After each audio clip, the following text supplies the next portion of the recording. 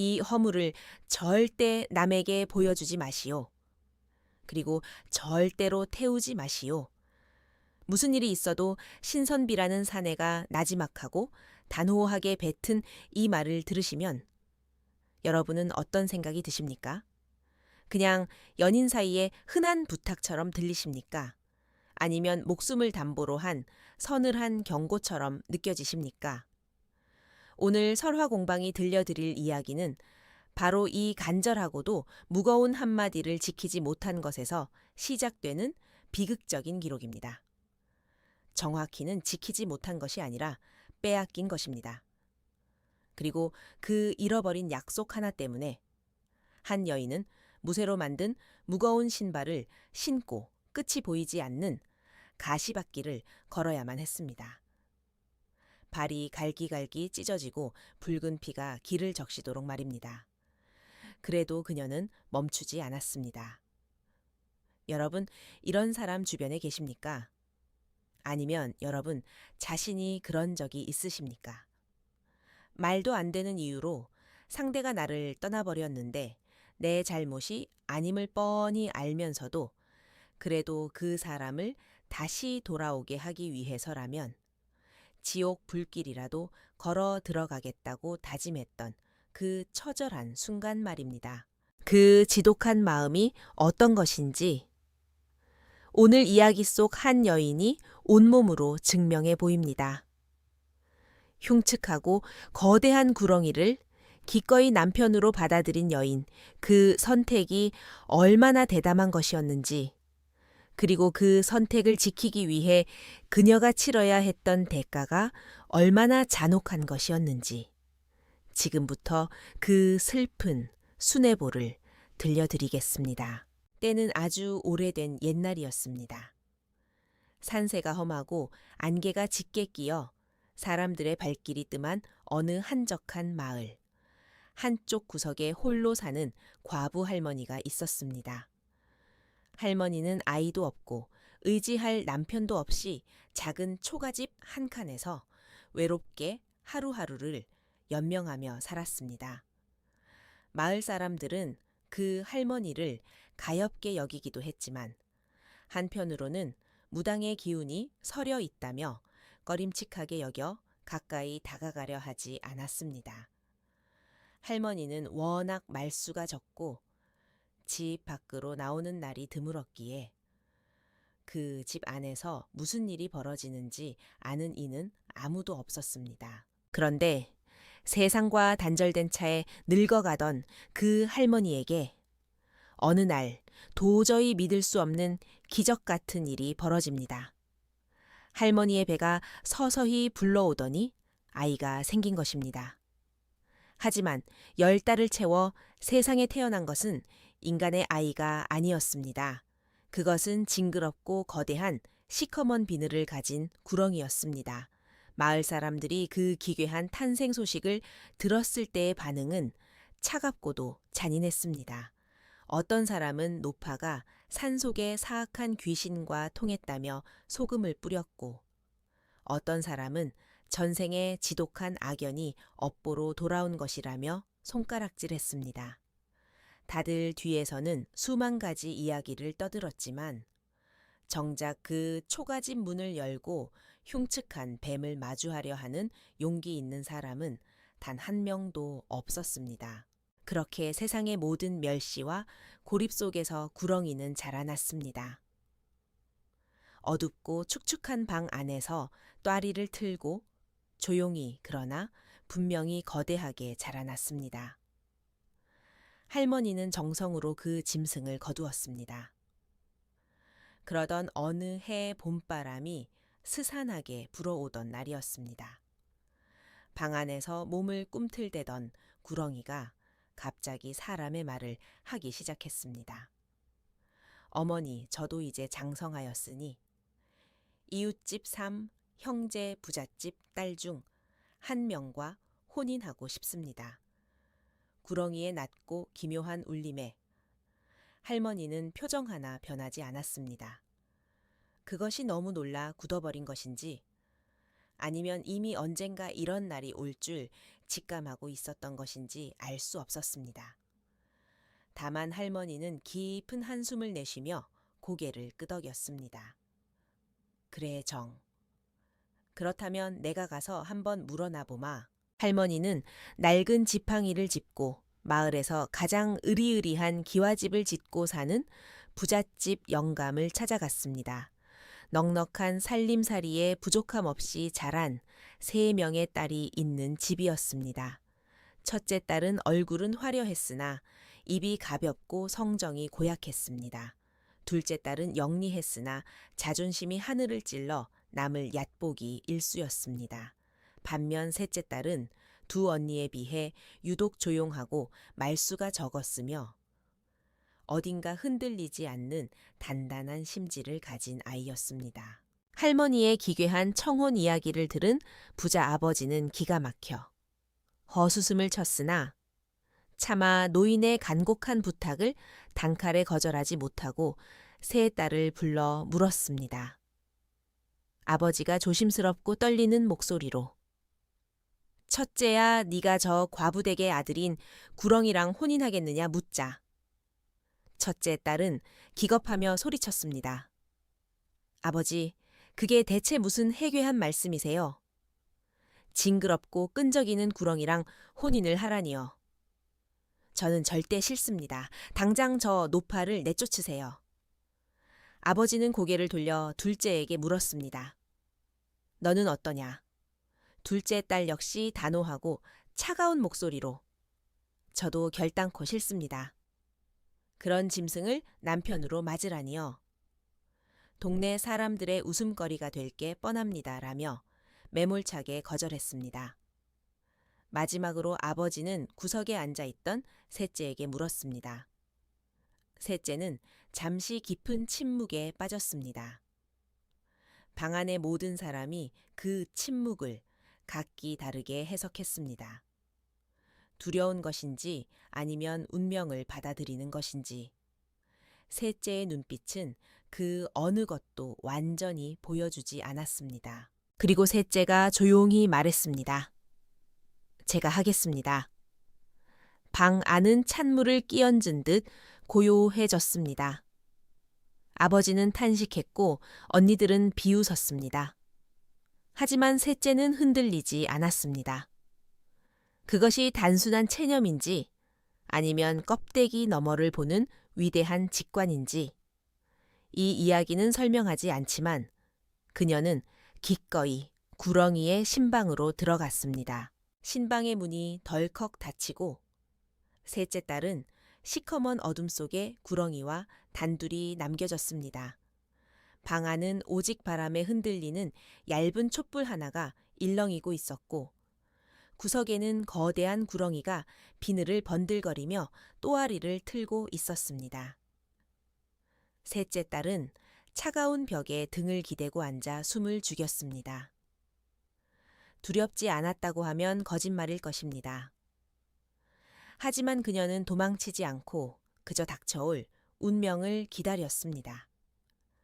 바로 그때 일이 일어났습니다.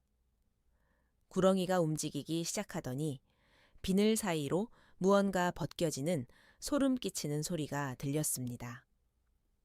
쩍 찌지직 껍질이 떨어지는 섬뜩한 마찰음이 작은 소리에서 점차 커지더니 이내 멈추었습니다. 셋째 딸이 조심스럽게 눈을 떴을 때 그녀의 눈앞에는 눈부시게 잘생긴 남자가 서 있었습니다. 빛이 나는 듯한 외모와 깊은 눈빛을 가진 신선비였습니다. 남자가 놀라 얼어붙은 셋째 딸에게 다가와 바닥에 떨어진 자신의 허물을 아주 조심스럽게 접어 건넸습니다. 그러고는 낮고 단호하지만 애틋한 목소리로 당부했습니다. 이 허물을 절대 남에게 보여주지 마시오. 그리고 절대로 태우지 마시오. 무슨 일이 있어도 신선비는 그 허물이 타는 순간 자신이 이승에 머물 수 없게 된다는 무거운 비밀을 전했습니다. 셋째 딸은 그 말을 가슴 깊이 새기고 허물을 품속에 소중히 간직하며 남편을 기다리기로 약속했습니다. 신선비는 잠시 길을 떠나야 한다고 했고, 셋째 딸은 홀로 남겨졌지만 이제 그녀의 가슴은 두려움이 아닌 따뜻한 온기로 가득 차 있었습니다. 하지만 행복은 시기와 질투를 부르는 법이었습니다. 구렁이 남편이 사실은 절세미남이었다는 소문이 담장을 넘어 마을에 퍼지자 두 언니의 가슴에는 시커먼 도끼가 서리기 시작했습니다. 내가 가졌어야 할 행운을 저 보잘것없는 셋째가 가로챘다는 생각에 언니들은 밤잠을 설쳤습니다. 며칠 뒤 두 언니는 세상에서 가장 다정한 얼굴을 하고 셋째를 찾아왔습니다. 우리 동생아, 그동안 우리가 너무 무심했지. 언니들이 미안해서 맛있는 떡을 좀 싸왔단다. 오늘은 세 자매가 오붓하게 이야기나 나누자. 첫째 언니의 달콤하고 가식적인 목소리에 셋째는 의심을 내려놓았습니다. 한참 이야기를 나누던 언니들이 교묘하게 본론을 꺼냈습니다. 그런데 동생아, 내 남편이 남겼다는 그 신비한 허물은 어디 있니? 우리도 딱 한 번만 구경해 볼 수 있을까? 셋째는 안 된다고 거절했지만 언니들은 우리가 훔쳐 가기라도 하겠니? 그저 구경만 하겠다는 건데 언니들도 못 믿는 거야. 라며 셋째를 몰아세웠습니다. 결국 셋째는 망설이다. 허물을 꺼내 보였고 그 찰나를 노린 첫째 언니가 허물을 낚아채 활활 타오르는 화로 안으로 던져버렸습니다. 치익 비늘이 타는 고약한 냄새가 방 안을 가득 채웠습니다. 셋째 딸은 비명을 지르며 화로로 뛰어들었지만 얇은 허물은 순식간에 재가 되어 흩어졌습니다. 목적을 달성한 언니들은 비웃으며 도망쳤고 방 안은 절망적인 정막만 남았습니다. 그때 신선비가 숨을 헐떡이며 방 안으로 들어왔습니다. 그는 이미 타버린 허물의 냄새를 맡고 모든 것을 직감했습니다. 그의 얼굴은 슬픔을 넘어선 차가운 절망으로 굳어 있었습니다. 셋째 딸이 울며 언니들이 그랬다고 내 잘못이 아니라고 매달렸지만 신선비는 아내의 손을 차갑게 뿌리쳤습니다. 이미 늦었군요. 나를 찾으려 하지 마시오. 그 한마디를 남기고 신선비는 안개처럼 사라졌습니다. 셋째 딸은 텅 빈 방바닥에 엎드려 피눈물을 흘리며 통곡했습니다. 하지만 그녀는 이대로 포기할 수 없었습니다. 비록 자신이 금기를 깨뜨린 것은 아니었으나 소중한 것을 지키지 못한 대가는 스스로 치러야 한다고 생각했습니다. 그녀는 자리에서 일어나 무쇠로 만든 무겁고 투박한 신발을 준비했습니다. 이 쇠신발이 닳아 없어질 때까지 세상 끝 지옥 끝까지라도 가서 남편을 되찾겠다는 비장한 결심이었습니다. 셋째 딸은 무거운 무소에 신발을 신고 길을 나섰습니다. 발걸음을 뗄 때마다 쇳덩이가 살을 파고들고 발등이 짓눌리는 고통이 뒤따랐지만 그녀는 표정 하나 바꾸지 않았습니다. 산을 넘고 강을 건너며 지나가는 사람들에게 신선비의 행방을 물었으나 아무도 알지 못했습니다.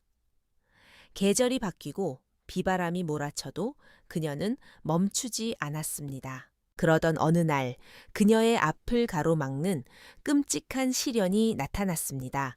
사람 키보다 훨씬 높고 빽빽하게 얽힌 거대한 가시밭길이었습니다. 날카로운 가시들이 마치 살아있는 뱀처럼 엉켜 있어 지나가는 것 자체가 불가능해 보였습니다. 하지만 셋째 딸은 단일 초의 망설임도 없이 그 날카로운 가시 속으로 몸을 던졌습니다. 찌지직 가시가 여린 살갗을 찢고 옷을 갈기갈기 누더기로 만들었습니다. 팔다리에서 붉은 피가 터져나와 무소의 신발 안으로 고였고 발을 내디딜 때마다 질척이는 핏물이 신발 밖으로 새어나왔습니다. 아파서 숨이 막힐 지경이었지만 그녀는 남편의 차가운 마지막 눈빛을 떠올리며 이빨을 꽉 깨물었습니다. 피 묻은 몸으로 가시덤불을 헤치고 나가는 그녀의 모습은 차라리 처절한 요괴와도 같았습니다. 가시밭을 빠져나왔을 때 그녀의 몸은 온통 상처투성이었습니다. 얼굴에도 팔다리에도 깊은 흉터가 새겨졌고 옷은 이미 형체를 알아볼 수 없었습니다. 그녀는 잠시 앉아 가쁜 숨을 몰아쉬었지만 이내 다시 일어섰습니다. 아직 무소에 신발이 닳지 않았기 때문입니다. 길을 가다 보면 기괴한 짐승들이 나타나 그녀를 시험했습니다.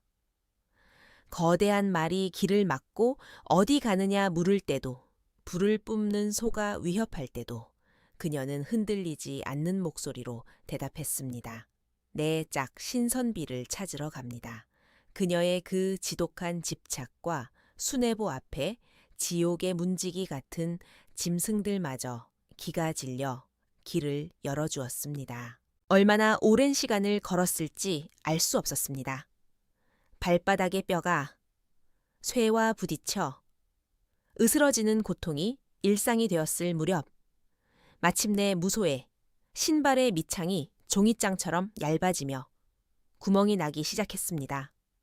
그리고 그녀의 눈앞에 이 세상과 저 세상의 경계 같은 묘한 안개 속에 휩싸인 공간이 나타났습니다. 그 안개 너머로 등을 돌린 채 서 있는 한 남자의 인형이 보였습니다. 셋째 딸의 찢어진 가슴이 터질 듯 요동쳤습니다. 그녀가 피 묻은 발을 끌며 다가가자 남자가 천천히 고개를 돌렸습니다. 그토록 찾아 헤매던 신선비였습니다. 남편을 다시 마주한 순간 셋째 딸은 반가움보다 먼저 깊은 안도의 한숨을 내쉬었습니다. 신선비는 피와 흙으로 범벅이 된 아내의 처참한 몰골을 보고 얼어붙었습니다. 찢어진 옷 사이로 보이는 끔찍한 상처들, 그리고 무엇보다 붉게 녹슬고 바닥이 뚫린 무소에 신발이 그녀가 자신을 찾아오기 위해 어떤 지옥을 건너왔는지 낱낱이 증언하고 있었습니다. 신선비가 떨리는 목소리로 왜 얘까지 온 것이요 물었습니다. 셋째 딸은 창백한 입술을 열어 오직 한마디만 내뱉었습니다. 당신이 여기 있으니까요. 그 짧은 대답 속에 언니들에 대한 원망도 자신의 고통에 대한 생색도 없었습니다.